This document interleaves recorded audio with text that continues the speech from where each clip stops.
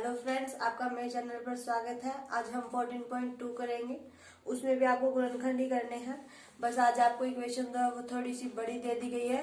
कल थोड़ी छोटी छोटी इक्वेशन थी। मतलब कल सिर्फ आपकी जो थी उसके ऊपर पावर थी। मान लीजिए x था आपका, उसके ऊपर जो आपकी पावर थी वो बस सिर्फ 1 तक ही सीमित थी। आज आपकी स्क्वायर तक आ गई है। आज आपकी स्क्वायर से इक्वेशन शुरू होगी और उसमें आपका कांस्टेंट भी होगा और उसमें जिसमें एक पावर होगी आपके एक्स की, ऐसे सम भी होंगे। तो आज हम जो है वो इस तरह के सम करेंगे। तो आप जो है वो वीडियो को बिना स्किप किए देखिएगा। करना इसमें भी गुणनखंड ही है आपको। बस आपकी इक्वेशन जो है वो थोड़ी सी मतलब चेंज कर दी गई है। तो आप उसमें जो है वो फॉर्मूला भी लगा सकते हैं या फिर आप ऐसे ही, मैं आपको कुछ बताऊंगी कि आप कैसे सोच के भी उसे सोल्व कर सकते हैं। तो आपको जो ठीक लगे आप वैसे कीजिएगा। हम शुरू करते हैं। इसके आपके 5 क्वेश्चन है। कंप्लीट तो ये नहीं होगी आज। इसके आज हम शुरू के 2 क्वेश्चन करेंगे। फर्स्ट के आपके 10 से 11 जो है वो पार्ट है, 8 है मतलब, और सेकंड के भी आपके 8 पार्ट है। तो इनमें से हम 3-3, 4-4 क्वेश्चन करेंगे ताकि आप जो है वो इन 2 को रिवाइज कर लें और आपका अच्छे से क्लियर हो जाए। और ये क्वेश्चन जो है वो आपके एनएमएमएस एग्जाम में भी आएंगे। गुणनखंड का आपका 1 या 2 क्वेश्चन आपके जरूर आएंगे जिनमें आपको गुणनखंड करके बताने होंगे।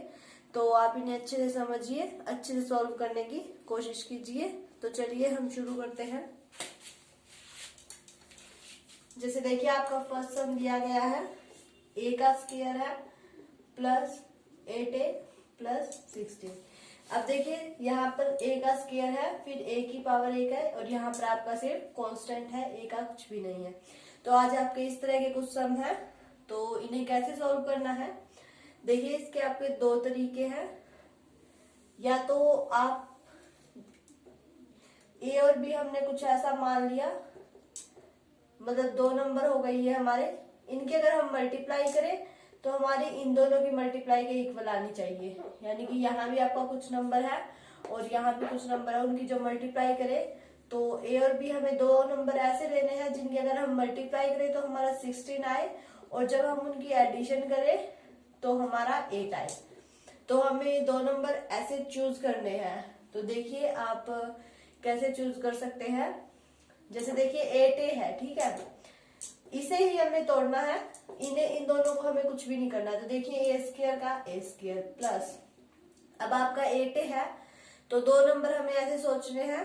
तो देखिए जो 4 की अगर हम 4 के साथ मल्टीप्लाई करते हैं तो हमारा 16 आएगा और जब 4 में हम 4 ऐड करेंगे तो हमारा 8 आ जाएगा।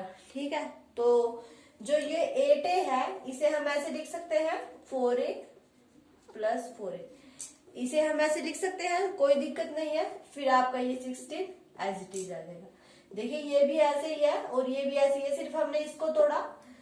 क्या किया कि मल्टीप्लाई करें तो 16 आना चाहिए। 4 और 4 की जब हम मल्टीप्लाई करेंगे तो हमारा 16 आएगा और जब हम इन्हें ऐड करें तो हमारा 8 आना चाहिए। तो 4 और 4 को जब हम ऐड करेंगे तो हमारा 8a ही आएगा। ठीक है, तो अब देखिए आप इन दोनों में से a कॉमन निकाल सकते हैं और इन दोनों में से आप 4 कॉमन निकाल सकते हैं। तो इसमें से जब आप a कॉमन निकालेंगे तो आपका अंदर a बच जाएगा। देखिए स्क्वायर है, स्क्वायर को हम लिख सकते हैं एक रो से, तो एक a बाहर निकल गया तो एक अंदर बच गया, प्लस a तो आपका बाहर निकल गया, अंदर 4 बच गया, फिर प्लस। अब देखिए 16 है, इसे हम 4 मल्टीप्लाई 4 लिख सकते हैं। तो इसमें भी 4 है, इसमें भी 4 है, इसमें हम 4 कॉमन निकाल सकते हैं। तो अंदर आपका क्या बच गया a, यहाँ क्या बच गया 4। तो देखिए a प्लस 4 ये मैंने बताया था। अब इसे आप कॉमन निकाल लीजिए और एक आपका ये बच जाएगा a प्लस 4। ये आपके जो है वो इसके गुणनखंड हो गए, या फिर आप इसे a प्लस 4 का स्क्वायर भी लिख सकते हैं। आपकी मर्जी है, आप इसे इतना छोड़ दीजिए या यहाँ तक कर दीजिए। अब देखिए ये तो आपका सीधा फॉर्मूला ही था। इसमें अगर हम फॉर्मूला लगाते हैं ये वाला, a का स्क्वायर प्लस b का स्क्वायर प्लस 2ab, तो देखिए a का स्क्वायर प्लस b हमारा 4 है, 4 का स्क्वायर प्लस 2a4, तो देखिए a square plus 16 plus 8a। आपकी जो इक्वेशन थी वही बन गई। यानी कि अगर आपको फॉर्मूला याद है तो आप इसे सीधा भी डायरेक्ट फॉर्मूले में लिख सकते हैं, a प्लस 4 का स्क्वायर। अगर आपको फॉर्मूला याद नहीं है तो आपको दिक्कत हो सकती है। ठीक है, इस तरह क्वेश्चन जो है वो आपको करना है। अब देखिए इसी का एक और पार्ट मैं आपको बताती हूँ, इसमें आपका थोड़ा सा डिफरेंस है। देखिए ये 25m का स्क्वायर प्लस 30m प्लस 9। अब देखिए इसमें ना ही तो कुछ ऐसा है जो हम कॉमन निकाल सके, ठीक है, क्योंकि देखिए 25 जो आपको 5 के पहाड़े में आएगा, लेकिन जो 9 है वो नहीं आएगा, ठीक है। तो अब देखिए आप इनकी मल्टीप्लाई करेंगे तो बहुत लंबी आएगी, उसके लिए आपको बहुत सोचना पड़ेगा। हो सकता है कि इसके टुकड़े हो या ना हो सकता है कि ऐसे बटे में हो इसके टुकड़े, तो इसका हमें कुछ भी नहीं पता, कैसे भी हो सकता है। तो देखिए अगर कॉमन निकलता तो हम कॉमन निकाल देते, तो आपकी इक्वेशन जो है वो आसान हो जाती। अब कॉमन नहीं निकल रहा है तो इसके लिए हम ये फॉर्मूला यूज करेंगे, minus B plus minus root of B square minus 4ac by 2a। इससे जो है आप वो आसानी से इसके जो है गुणनखंड निकाल सकते हैं। देखिए इसे कंपेयर करना है, ये हमारा क्या होगा, a के इक्वल होगा, ये हमारा b के इक्वल होगा, और ये हमारा जो कांस्टेंट होगा वो c के इक्वल होगा, ठीक है। इस तरह से इन्हें कन्वर्ट करना है, फिर हमने लिख लिया ये इक्वेशन ये होती है ax square plus bx plus c, यानी कि जो जिसके साथ स्क्वायर है उसके साथ a होगा, जिसके साथ x की एक पावर है उसके साथ b होगा, और जिसके साथ बिल्कुल कुछ भी नहीं होगा वो कांस्टेंट होगा हमारा। तो इसके साथ हमने ये कंपेयर कर लिया, हमारा ये आ गया। अब इसमें रख दीजिए, अब हमें m की वैल्यू निकालनी है तो यहाँ m रख लीजिए, x की निकालनी है तो x रख लेंगे, जिसकी वैल्यू हमें निकालनी है वो हम रख लेंगे।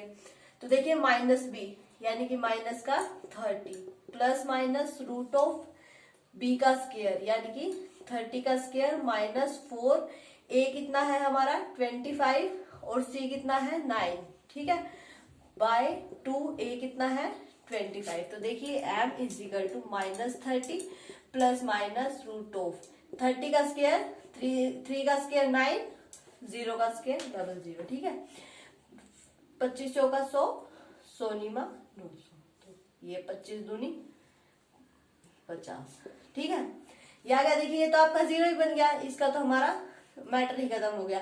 अब ये बच गया हमारा, इसे कैसे सॉल्व करना है, देखिए m is equal to minus 30, ये देखिए प्लस माइनस था ना, एक बार प्लस में 0 बटे 50 और माइनस 30 एक बार माइनस में 0 बाई 50। अब इसका तो कोई वैल्यू नहीं है, 0 हो या ना हो, प्लस में हो या माइनस में हो, कोई दिक्कत वाली बात नहीं है। अब देखिए ये 0 से 0 कैंसल, तो m की वैल्यू आपकी 2 आ गई, माइनस 3/5 माइनस 3/5। तो अब इसे लिखना कैसे है, m की वैल्यू तो आपकी ये आ गई, आप जब इसे फैक्टर में लिखेंगे तब कैसे लिखेंगे, ऐसे लिखेंगे m is equal to minus 3/5 आया है, ठीक है, यही आया है हमारा।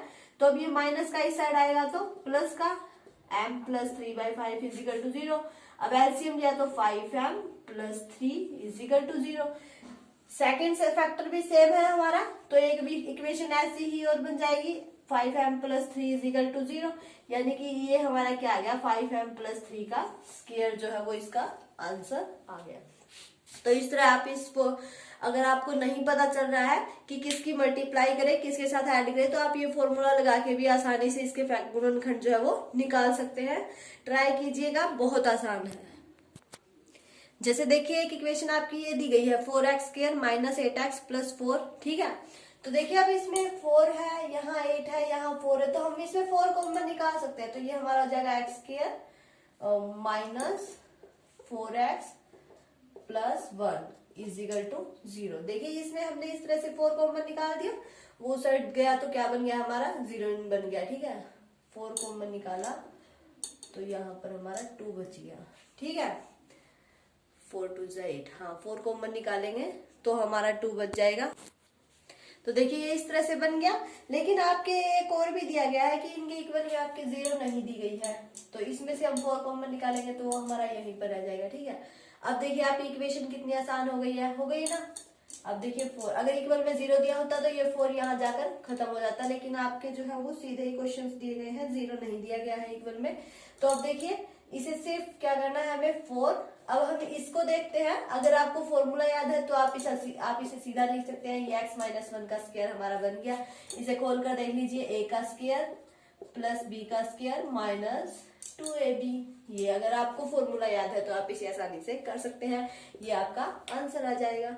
बहुत आसान क्वेश्चन है, बस 4 कॉमन निकाला और उसके बाद उसका स्क्वायर बन गया।